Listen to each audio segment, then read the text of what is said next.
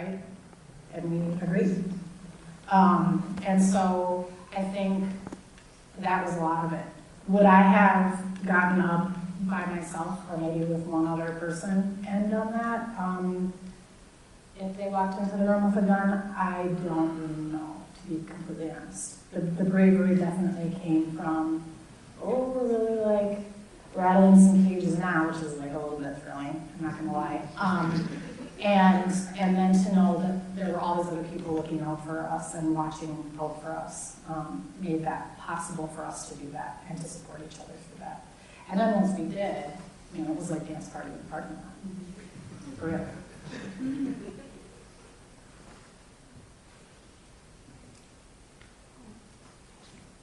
I have a comment and then sort of a question.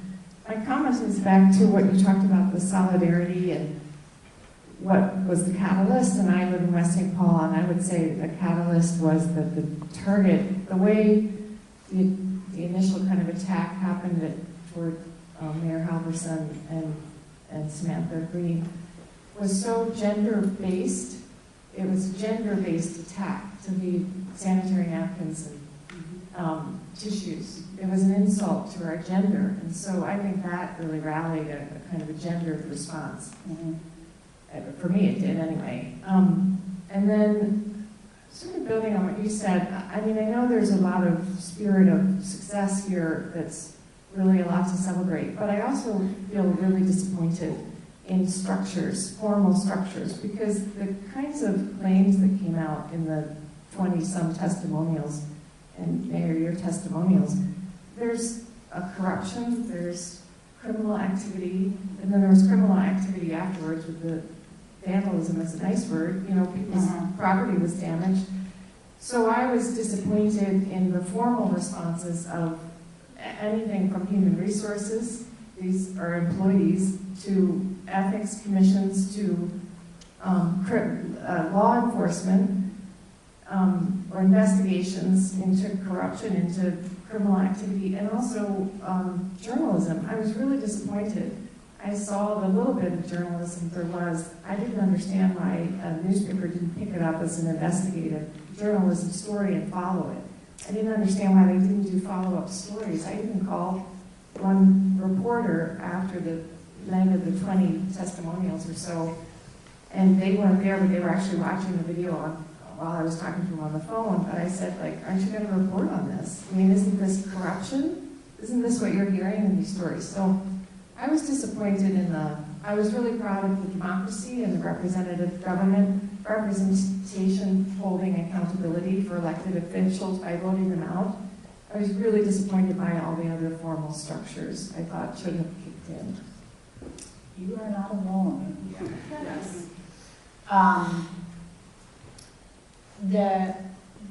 There were a lot of disappointments along the way from our perspective there too. There were a lot of failures from the infrastructure that is meant to protect and support the citizens of the city. And if you are not a member of WOW, Yeah. we'd love to have you. So that's, you know, as a journalist myself, I was feeding people these stories, and I was very surprised at how much work it took to convince people that this was a real story, not just like, oh, there was a little dust up at City Hall in little West St. Paul. Like, I was like, I am handing you a story. I am handing you the sources. I am handing you the inside info you need to write a story that could win awards. This should have been, to me, was a direct, you know, correlation between the national story, the Me Too movement, and what was happening nationally, and what it was just this microcosm. And I'm like, as a writer, like I know I'm in this story, but as a writer, if somebody called me with this story, I'd be like, hey, birds, like, let's do it. Let's really, you know. And so that was disappointing. We had a victims meeting with police that was incredibly disappointing. Yeah, there was, but that is what happens when people in power are entrenched in power through the entire structure, right? Like, are we gonna get an intersectionality here? And so, you know, there are people who exerted influence in a lot of different departments for many, many, many, many years who probably have beers in their neighbors' backyards with them, and it's very difficult to reach those people, which is why you need representative government at all levels in your city, and you need people who are working for your city, who are truly working for your city and not for politicians in the city. And those are things that we will be working on in 2019, so join us. But I think what you're saying too is the representative government and the people who are there, and then the people who they are tied to, right? Because, like, I know Katie was able to reach out to a lot of media people, right? But imagine, right, we have all these other people here there too, who have all these people in positions of power in the media, or in, you know, on the side of the law, or on the side of the this and that. And so it's important that you have people in power in government, right, who can reach out to their sources, who will take that story, right, who will follow that lead, who will believe that victim. And so that's, you know, I know that the Pindones police chief had posted something a while ago saying, you know, we believe victims. And I remember reading that, and I was like, I love Kelly anyways, but I remember thinking, oh my gosh, if only the world were more like this, right? And how things would be different. So important for a lot of reasons. What word do you go to? Yours. I've got 2 women representing. Yeah. I'm going to skate around this answer quite a bit for various reasons, but rest assured, I know you have 3 people in office that weren't there before that are willing to work very hard to make sure we don't ever run into that again. You know, we're all in this room. Because we understand. I get it. I get not getting a follow-up call from the police department to say, I'm so sorry, we don't know what's going on. I don't know, all this boils down to like a human factor, and that's just a decent thing to do. Above all, I mean, I think decency is something that should happen, and a callback is a decent thing to do. And so I think there's a lot we can learn as a city, as a governing body, but also as humans, and just finding those very things. I have time for like one more question, just so, okay.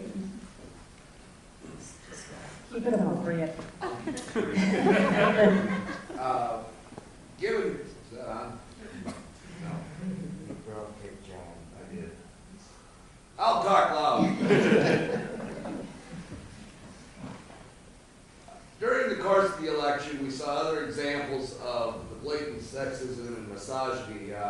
One that pops into my head right away is the state representative contest down in Olmsted County, where the male ripped the microphone out of the female's hand. I was really hopeful that maybe what was happening in West St. Paul was going to permeate across the board. It didn't, but it still can. And I think, and I'm going to ask you this question, 55 legislators voted against the ERA in the Minnesota legislature. How do we take what you made in West St. Paul and make it go statewide? I would say start with getting more people in places like West St. Paul, because a lot of your state level people will come from city level, right? Or at least city level people will support the people running for state level. So if you have the right people in place here, you know, it's kind of a feeder system, right? I think that's one place. I don't know. Yeah, I mean, we have to share our story. You know, we have to let other cities know, maybe where there aren't women on city council, that, oh, you can get on city council when you're a woman. I think that's important to share that story. We're very fortunate where, you know, our state representative, Mark Hansen, and our Senator Matt Klein would probably rather walk out the door than vote no for something like the ERA. So we're fortunate in that. And it's just sharing the story and talking to others. You know, you don't have to be on city council to talk to others. It's, if your neighbor's voting for someone, you need to do your research on city council candidates, but otherwise you see a familiar name and you vote for them, you're voting for the wrong person. So it's just educating people, I think, to get to that point too. I think that's where WOW can really provide at least a case study of how this can work in other places. You know, there are a lot of volunteer organizations that, you know, Legal Living Lawyers comes to mind. They're short on volunteers, man. And so, you know, for example, when we had our candidate forums, Julie Easton was in the auditorium tonight, she organized those because we didn't have, again, so who's going to do that? Well, I guess that's us. And I think that's where, you know, we could be a model. And that's actually something that I sort of hoped would come out of some of the media coverage that we got, was helping that story get to other people who might be interested in doing something like this, but maybe hadn't for one reason or another. And so, yeah, I'm available for hire. So if I could take this off a volunteer basis, you know, if there was some way we could make it an organization that we could power with some money, I think we could do that. I think we could do that. I think we could change that representation. I think we might not always agree with those people who are voting, but I think we could at least get 55 more people that would at least vote for the ERA. I mean, that just is bananas to me. So I sort of feel like, you know, looking at the national scope, and when you look at the world, it feels so overwhelming. Like, I can't fix any of that. It's paralyzing.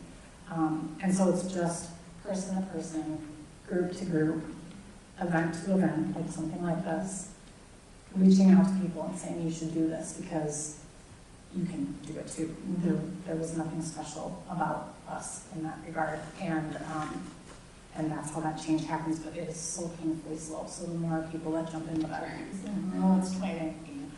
So, and I think it's also about getting more people from, not just women, but people from underrepresented communities, Yes. and underrepresented communities across the board into positions of power. yes. Whether that's elected, whether that's school teachers, whether that's doctors, right, whatever it is, that there are people who are talking about these issues, because otherwise, right, you're a retired business owner that's sitting up there, and so they're not talking about the ERA, because they don't want to. So they're not going to talk about it, so nobody's going to hear about it. I mean, I guarantee there are people in this room who didn't know that, right? It gets to be an untold story, and then it's not important. So then we just continue to not vote for it, and it never happens. We just need to get more people talking about those stories and paying attention, because you're right, when you hear it, what? You know, so I think just getting more people from underrepresented.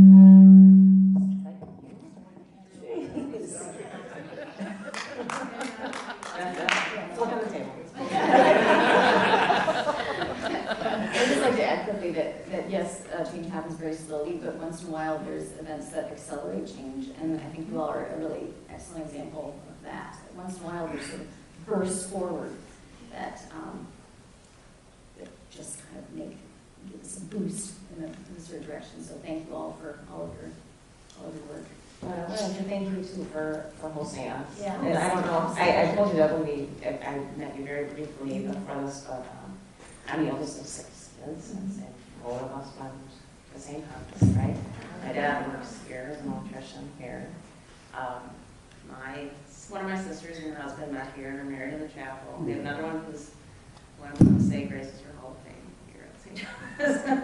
So we are very much invested in the St. Thomas community. Very much appreciate it. So thank you. Well, thank you. It was an absolute pleasure. Thank you all very much.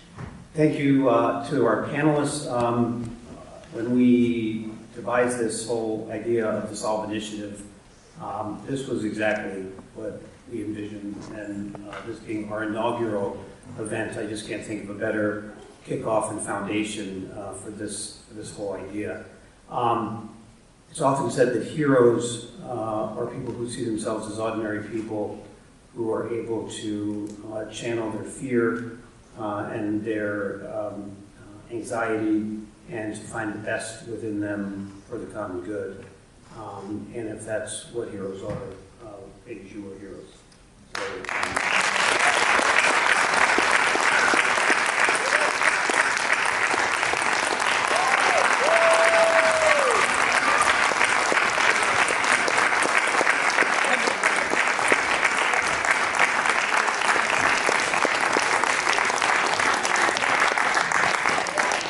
and a genuine thank you to all of you that are here tonight. So often people end these events by saying a cursory thanks for being here, but you made a conscious choice by being here tonight. Too many people think being political is staying home and watching CNN and screaming at one of the talking heads. Change is difficult because you're fighting a lot of inertia. So it's about steadiness, it's about dedication, it's about on a cold March night battling the rain when it would be easier to stay home. So hats off to each of you for being here tonight, and I hope you are as inspired by these ladies and the change that you can go on in your communities to create as I was. Thank you very much.